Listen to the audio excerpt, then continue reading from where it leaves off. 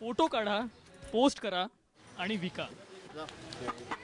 OLXचा हाच फंडा वापरलाय उस्मानाबादच्या सिद्धार्थनं कडकनाथ कोंबडी आणि अंड्यांचे फोटो काढले, OLXवर पोस्ट केले आणि मग काय, संपूर्ण देशभरातून ग्राहक सिद्धार्थला शोधत उस्मानाबादमध्ये आले. मी माहिती गोळा करताना OLXवर याचं सर्च करत असताना कडकनाथ पिल्ले कुठं मिळतात, अंडे कुठं मिळतात त्याचं सर्च केलं असताना प्रत्येकांना मी कॉल केला. तर महाराष्ट्रामध्ये मला उस्मानाबाद जिल्हा जितक्यात जास्तीत जास्त जवळ मला प्रोडक्ट मिळेल, पिल्ले मिळतील, कडकनाथचे अंडे मिळतील, ते मला ट्रान्सपोर्टसाठी अत्यंत आवश्यक होतं.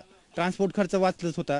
त्यासाठी त्या संदर्भात प्रत्येकाला कॉल केला असता मला बनसोडे साहेब हे उस्मानाबादमधले प्रॉपरमध्ये आहेत असं माहिती कळालं. ह्याच्यात प्रॉफिट चांगले भेटते, शेतीला जोडधंदा चांगला आहे आणि हे पक्षीपासनं मी 88 रोगावर इलाज करतात.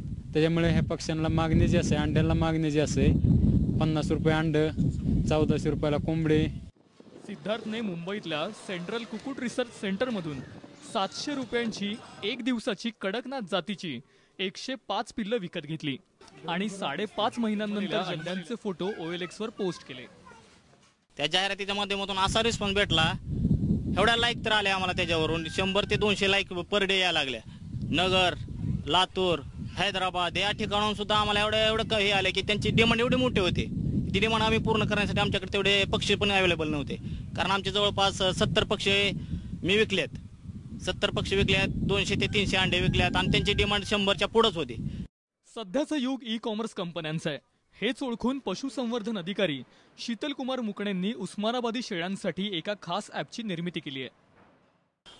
बोकड्या संदर्भात किंवा शेळीच्या संदर्भामध्ये माहिती एकत्रित करून माहिती असेल आणि ती ज्यावेळेस विक्रीला निघेल त्यावेळेस ह्या वंशावळीची पूर्ण एकत्रित असलेली माहितीचे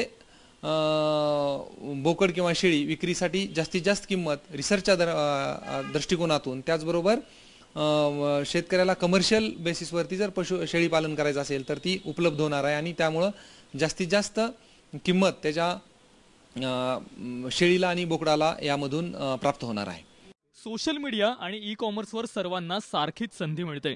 त्यामुळे भविष्यात जर का शेतकरी आपल्या मालाची डायरेक्ट ऑनलाईन विक्री करू लागले तर आश्चर्य वाटायला नको.